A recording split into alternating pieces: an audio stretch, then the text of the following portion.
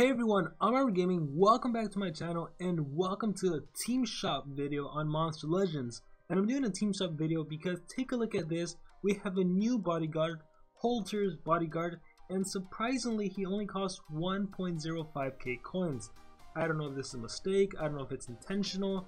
They've never done this with the exception of Darmit's bodyguard, who was obviously a glitch. He cost 950 coins. It only lasted for a while, so if you were able to pick him up you got extremely lucky.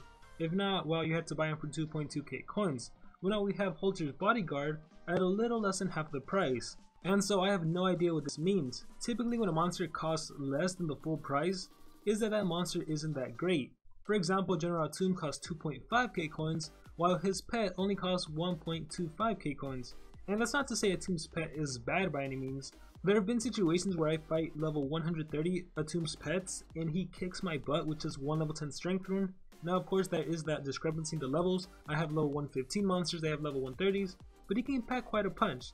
But anyhow, this is about Holter's bodyguard. 1.05k coins, he's in the mechanical book, he is in the Team Wars book, and I'm a little tempted to say this is actually the accurate price, not some glitch or anything, because if you take a look at Holter's bodyguard cells, for 10 of them it only costs 150. Normally this isn't the case. Let's see if I can find an example. Let me scroll on over. For example, General Attune, 10 cells cost 375 war coins. General Holter, 10 cells cost 275. Attune's pet, 200 war coins gives you 10 cells. And then Holter's pet, 175 gets you 10 cells. Lastly, General Attune's bodyguard, 150 war coins gets you 10 cells. And so as you can see, the bodyguard that isn't that good, his cells cost 150 war coins. So that's why I'm tempted to say this is not a mistake by any means. So does this imply that Holter's bodyguard isn't that good? He looks awesome. Like, look at that monster design, it's incredible. He might be the best looking bodyguard. Then again, I really love Darmit's bodyguard because not only does he look good, he's actually really great too. But yeah, Holter's bodyguard, I'll do a little mini analysis on him in a little bit.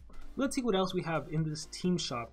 So General Attune, he's an incredible monster, but 2.5k coins, I don't know if it's worth it or not. It's so hard to say.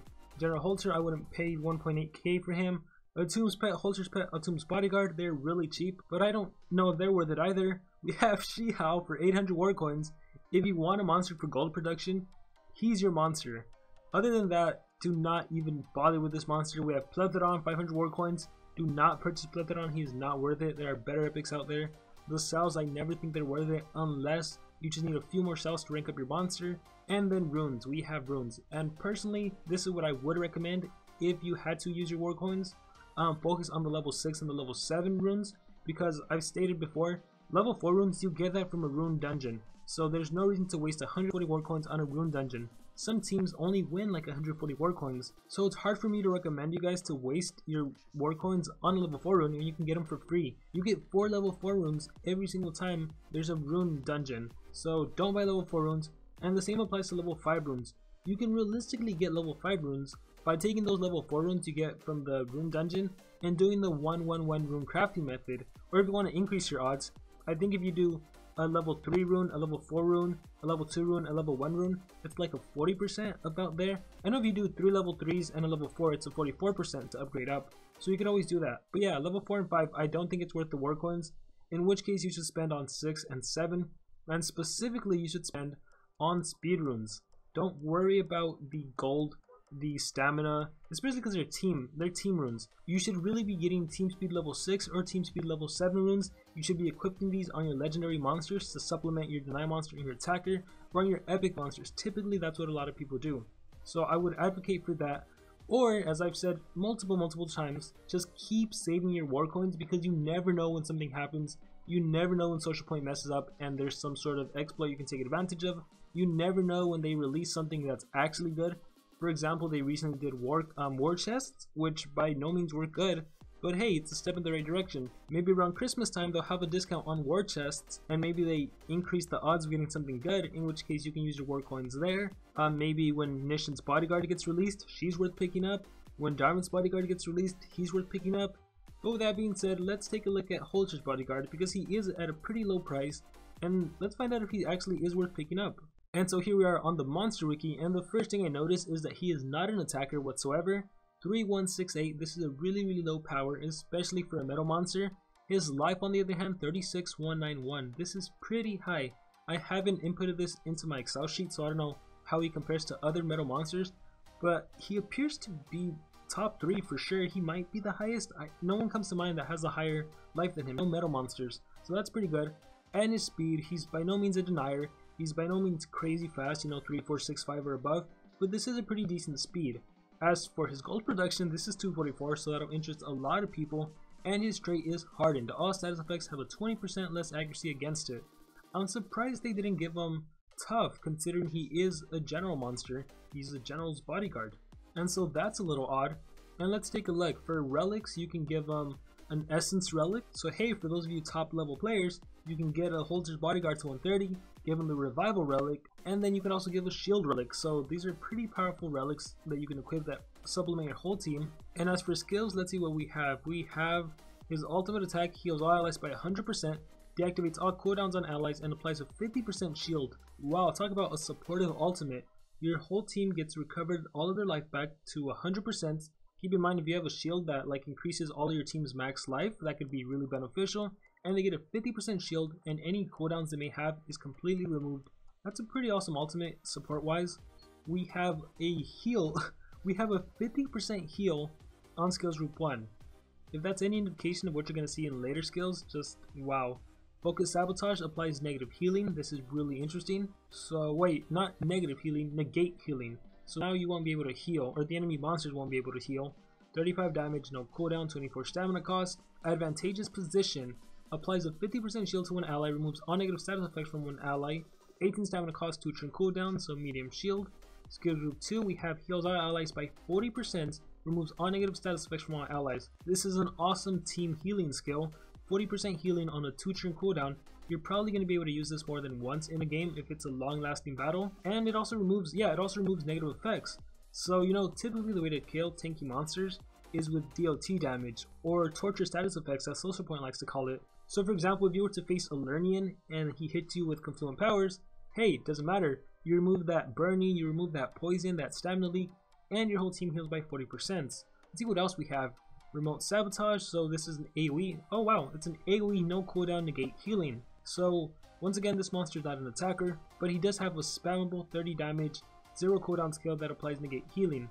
So even against someone like Timerion, keep in mind he's in the mechanical book and he's a metal monster, even against someone like Timerion, if he does cooldowns activated, well, you have your ultimate to potentially help you out if you happen to get it in the first turn, or whenever Timerion does cooldowns activated, but you also have a way of making it so the enemy monsters can't heal themselves. So that's pretty cool. And then we have High Ground, another team skill, applies a 50% shield, it just got better, 50% shield to all of your allies, and precision to all of your allies. So increased accuracy, medium shield, also on a 2 turn cooldown. So you have a 40% heal that removes negative effects on a 2 turn cooldown, and a 50% shield that applies precision to all of your teammates. And let's see what else he has. Multiple, wow, heal allies by 60%. That is insane. 16 stamina cost, that is ridiculously low. Also on a 2 turn cooldown. So 40% heal that removes negative effects. 60% heal, this is insane. This is one of the best healing skills. Definitely, it's possibly the best, with the exception of Sammy, who has an overpowered healing skill that does this insane thing where he heals a single ally by 50%, everyone heals by 25%, and then everyone gets regeneration. Well, I guess technically you can argue that this is better because this is an automatic 60%. There's no need to wait for your turn to get that regeneration effect, it's just automatic 60%, and on a 2 turn cooldown with 16 stamina cost, that is insane. And as you can see, this monster has a lot of ally skills, team ally skills. And then that enemy AoE skill, let's see what else he has. Deals moderate metal damage to all enemies, heals itself by 40%, so he decided to be a little selfish and heal himself while also dealing damage. And then he has flash damage, which deals moderate metal damage to all enemies, removes positive status effects, and applies reverse healing to all enemies. Wow, 40 damage, removes gut effects from the enemy team, and reverse healing. Keep in mind, this is not negate healing like it is in Remote Sabotage. It is negative healing, which means the enemy monster will actually get injured if some sort of healing is applied to them. So that's pretty awesome, you know. Run flash damage and then run all of the team healing skills, High Ground, the shield skill, precision, and he's quite a good monster. You know, normally I am really biased against tanks. I am really biased because they aren't that useful. Well, no, that's not the right thing, because they can be useful, but you really only use tanks in very particular situations. Like for example, the enemy is way stronger than you, they're higher level than you, and you need a monster that can take hits, support your team, well, Holter's Bodyguard can do that. You know, his speed is really good. He's really tanky. Typically when you have a tanky monster, his speed tends to suffer. That isn't the case for this monster. It's probably because he's on wheels. The relics you can put on him are pretty good. And furthermore, just all that healing potential is insane. The only thing about this monster is I wouldn't put him on defense, because if the enemy knows you have Holter's Bodyguard on defense, all he has to do is do flash damage to your team, and then that reverse healing is gonna work against you, because if you have Holter's Bodyguard on defense and he does all terrain restorer, that's minus 60% of life to your monsters with one attack because of your own monster. So you wouldn't want that happening, right? And then the same can be said for all terrain protector, just minus 40% to all of your team. So yeah, this monster, I don't see him being that great on defense, just because if there's an enemy that does reverse healing, you're as good as dead. But as far as offensive purposes, this monster is quite unique and he can be quite powerful. As a supportive tank monster, he does really well. And you know what, oddly enough, he can still pack quite the punch, you know? He still has that 40 damage AoE on a 1 turn cooldown.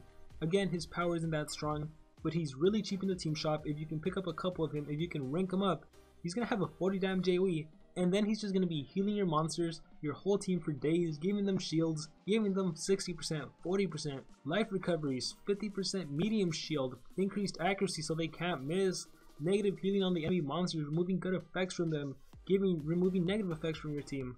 I gotta say, I'm quite impressed with this monster, especially for his price. And you know what, I'm just going to purchase him just so you guys know that I really mean that this monster, he's something else, you know? He's by no means a must-have monster, but he's quite unique, and I always love that about monsters. So personally, I would recommend you pick him up. And with that being said, that is going to conclude this video. Thank you all for watching. Let me know your thoughts on Holter's Bodyguard. Do you think he's good? Do you think he's not so good? What do you think about his healing effects? And furthermore, if you were to get this monster, how often do you think you would actually use him? Like, again, I have this bias against tanks because typically there isn't much need for them, you know? Currently in PvP, I use Sammy, I use Undertaker, he's my tank and he can revive. Should I use Holter's Bodyguard? Maybe if I had him at 115 there would be reasons to use him. I don't know, so just let me know your guys' thoughts in the comments below. With that being said, best of luck to all of you in your Monster Legends adventures, and like always, remember to dream big and pursue your passions.